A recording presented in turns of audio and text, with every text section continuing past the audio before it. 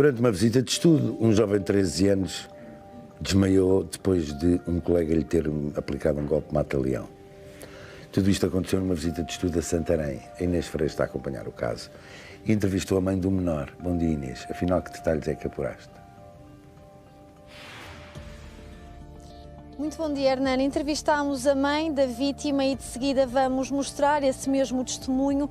Esta mulher que nos conta o que ouviu pela boca do filho que terá sido vítima de agressões por parte de um colega. Antes disso, queria só contextualizar, nós estamos junto à Escola Básica e Secundária de Salvaterra de Magos, esta que é a escola frequentada por estes dois jovens de 13 anos e foi daqui que na passada segunda-feira saíram para uma visita de estudo a Santarém. Foi-nos confirmado pela mãe da vítima que estes jovens seriam amigos, aliás, até ao ano passado jogaram futebol juntos e não haveria aqui nenhum tipo de quesília, nem nenhum comportamento que fizesse prever esta atitude. O que é certo é que foi já em Santarém, onde estava a realizar a visita de estudo, no Jardim das Portas do Sol, que o jovem de 13 anos que foi vítima de agressões ter-se-á dirigido a dois colegas e terá pedido que saíssem do escorrega para poder andar. Ter-lhe-ão dito que não e ele terá iniciado uma discussão com um colega e o alegado agressor, que nada teria a ver com a discussão, acabou por se meter e terá mesmo sido esse outro jovem de 13 anos a asfixiar a vítima. Mas vamos agora sim ouvir o testemunho da mãe que ouviu o relato por parte do filho e que nos conta aqui alguns pormenores interessantes deste caso. Ao que sei, segundo testemunhas que estavam no local, amigos e professores, o Rodrigo terá ido a uma visita de estudo às Portas do Sol. Terá havido um pequeno desentendimento entre ele e outro colega por causa de um baloiço. O Rodrigo quereria andar e o colega disse que não era possível. O Rodrigo ter-lhe perguntado se o baloiço era só dele, o colega respondeu que sim. Terá dado um empurrão ao Rodrigo e o Rodrigo terá correspondido com um empurrão. Após isso, o outro amigo veio em defesa do amigo que tinha empurrado o Rodrigo e fez-lhe um mata-leão, tendo o Rodrigo caído inanimado para a frente. Após isso, teve uma convulsão, deu entrada no Hospital de Santarém em estado grave. Ele só se lembra até o colega lhe colocar o braço no pescoço e a seguir não tem qualquer ideia mais. Relativamente ao socorro, disse-me também que houve aqui alguma perda de tempo. Sim, há muitas coisas por apurar, inclusive o socorro que demorou cerca de 40 minutos a chegar ao local, portanto foram os bombeiros de Pernos que assistiram ao Rodrigo. Estavam no local 11 professores, foi-lhe dito que agiram prontamente, houve aqui algum tipo também de demora? A professora da escola, portanto a diretora da escola, não sabe ao certo quantos alunos foram, é de lamentar, e nem ao certo quantos professores estavam no local, cerca de 11 terá sido a informação que tenha dado. Foram os amigos do Rodrigo que ao passar verificaram a situação, entraram em pânico e gritaram pelos professores. A escola está a querer sacudir para baixo do tapete informações que são relevantes, informações que podiam ter custado a vida do meu filho, que dito pelos médicos podia ter terminado muito mal. A escola diz em entrevistas à televisão que o Rodrigo caiu e terá ferimentos na face. É importante salientar, o Rodrigo não caiu, o Rodrigo foi-lhe feito um mata-leão, tendo asfixiado o Rodrigo e ele tendo ficado inanimado no chão. Ele deu entrada no Hospital de Santarém com uma doença súbita e isso não é uma realidade. E ontem, ao contactar a diretora da escola, referi que ela não voltaria a dizer que o Rodrigo caiu e tem ferimentos na face. O que é que lhe foi dito? Foi-me dito que o Rodrigo estava na visita de estudo e tinha havido um problema com o Rodrigo, um pequeno desentendimento, ao qual o Rodrigo não era culpado e ia a caminho do hospital. Com que ferimentos é que o seu filho ficou? O meu filho ficou com a cana do nariz partida, ferimentos na face, o queixo aberto e levou muitos pontos. E o problema, o trauma, que vai ficar sempre. Espero que seja feita justiça e principalmente que se apure a verdade e que a escola não fique impune mais uma vez numa situação grave que podia ter custado a vida do meu filho. É só isso que pretendo.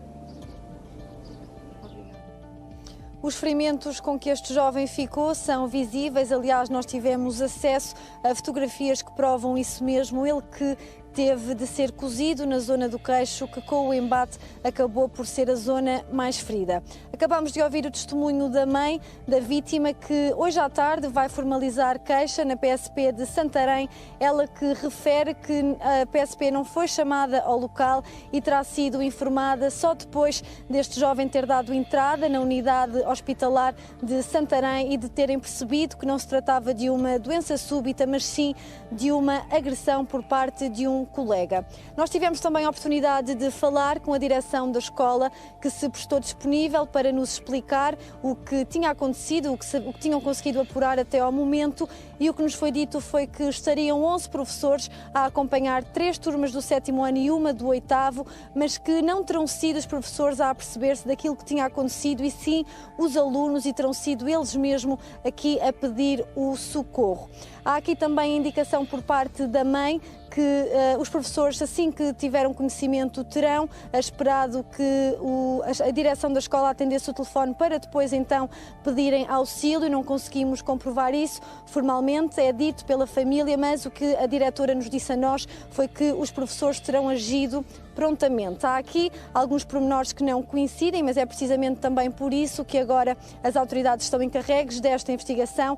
O que conseguimos também apurar é que o jovem que terá agredido o outro jovem ainda não terá vindo à escola, foi o que nos disse a direção. Já terá sido aberto também um processo disciplinar, está a decorrer um inquérito para ouvir todas as testemunhas e apurar todos os factos. Conseguimos também chegar à fala com a família do alegado agressor.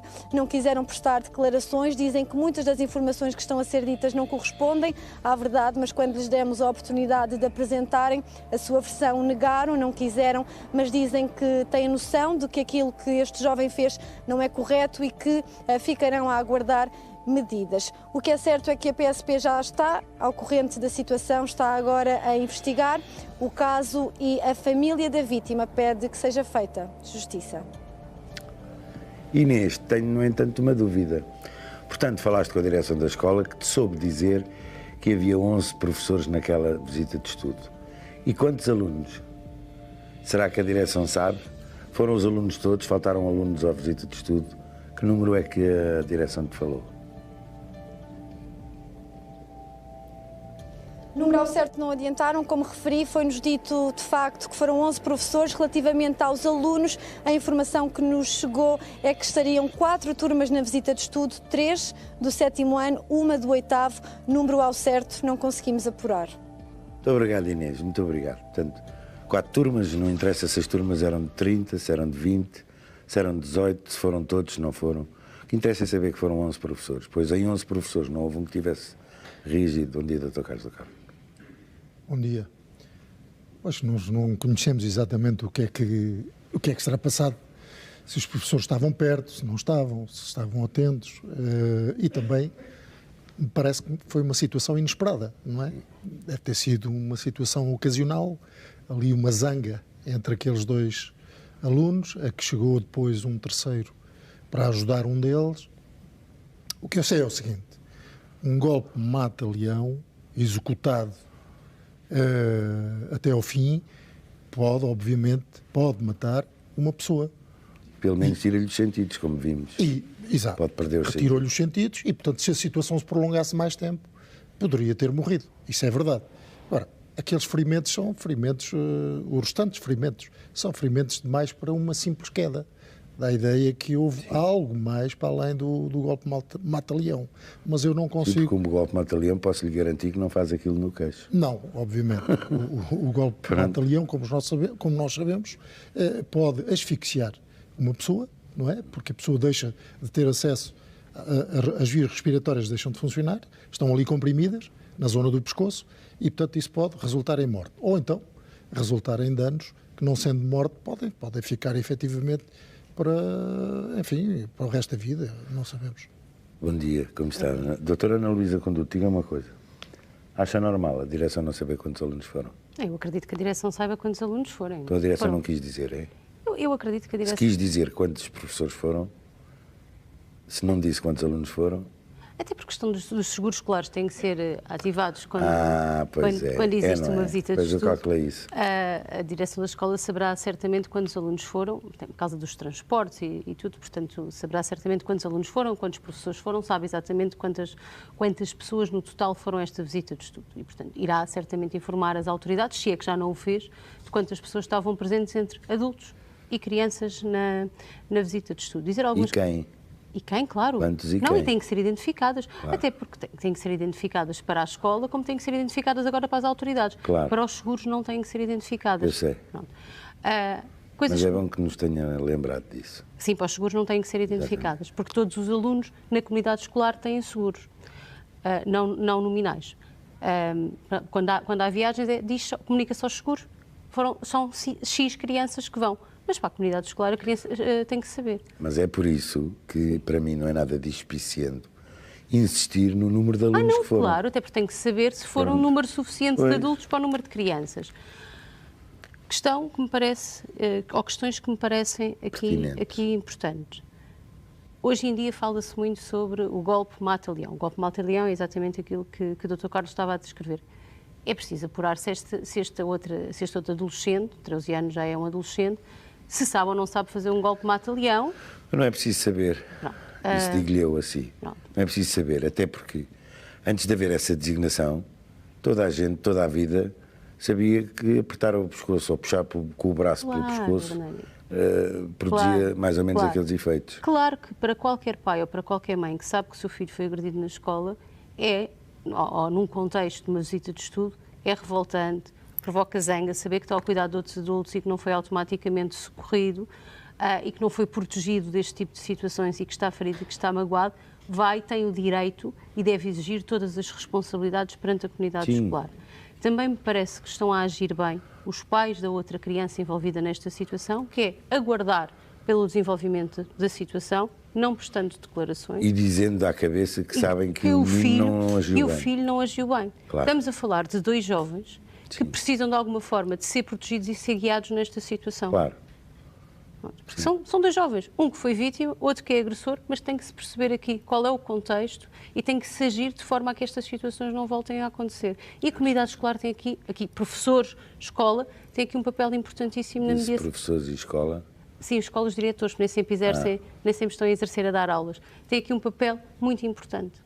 Muito importante para mediar estas situações e para agir tanto no apoio às famílias, como se houver necessidade, também estava a dizer, há um trauma para toda a vida. Nem todas as situações que são violentas geram trauma. Eu percebo o discurso da mãe. Claro que sim, eu também. Uma mãe dói-lhe de maneira diferente. Hernani, e pode haver, e há risco de haver trauma, não quer dizer que haja, isto aqui também para deixar um bocadinho a senhora mais tranquila, se houver o acompanhamento adequado por toda a situação. E a escola aqui tem a obrigação de garantir, a escola, a autarquia, que é quem tutela neste momento as escolas, garantir o apoio à família e garantir o apoio aos jovens se precisar. Claro que sim.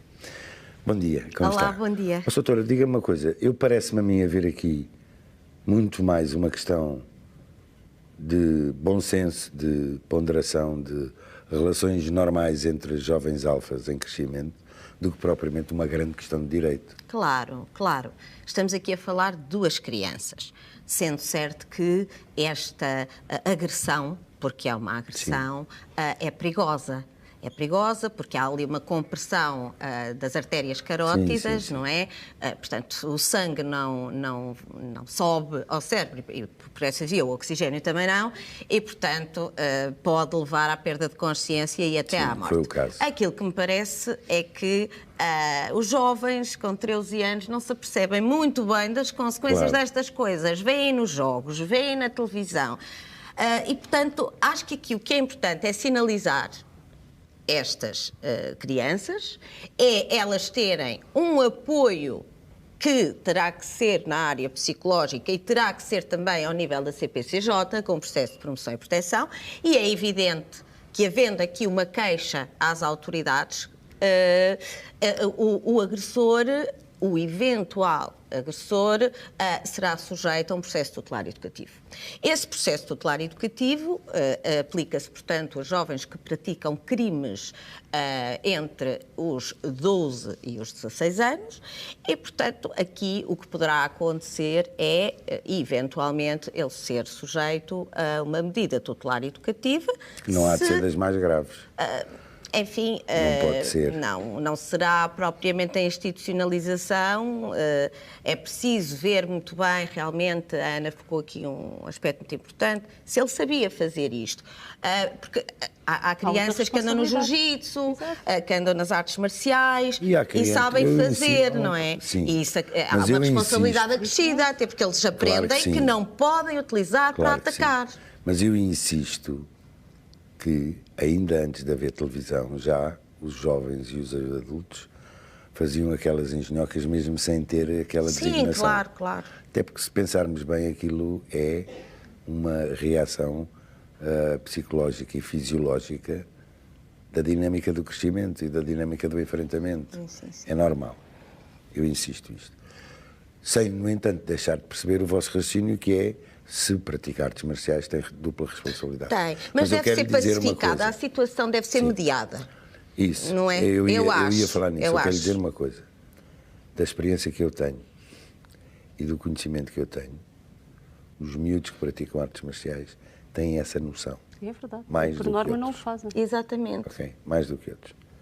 Já agora, queria dizer que eu próprio assisti, não participei, mas assisti a um...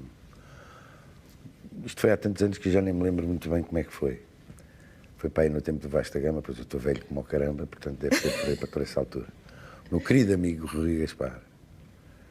Há muitos Rui Gaspar, mas ele sabe qual é. Lembro-me perfeitamente, ele era o mais graduado de judo ali naquela circunstância. E ele sujeitou-se a tanta coisa apenas para não utilizar os conhecimentos adquiridos que tinha. Foi há muitos anos, mesmo muitos anos, no 36, numa paragem do 36. E eu estava-me a lembrar disso. A responsabilidade que as pessoas que praticam artes marciais, os jovens, os miúdos, têm é muito maior e é muito mais eficaz do que alguns disparates que os adultos praticam. Mas queria concluir precisamente pela sua abordagem, que é: esta era uma matéria que deveria ser resolvida com o mediador escolar. Sem dúvida. Porque isto parece-me tão normal. Tem que reconciliar estas duas crianças. Quando os pais têm um papel positivo. Exatamente. É muito importante, às vezes, mais do que qualquer outra medida. Sem dúvida. Se os pais não valorizarem a importância disto... Mas pode até haver aqui uma sinalização à CPCJ, haver um processo de promoção e proteção, a CPCJ, eventualmente, os pais aceitarem a intervenção. Mas os pais terem já dito que é errado, que sabem que é errado. E haver aqui uma mediação. Sempre. E haver aqui uma mediação. Enfim, isso era muito importante. Vamos aí para